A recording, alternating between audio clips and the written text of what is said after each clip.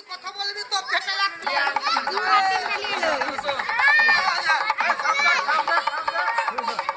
কি রে সামিনে রে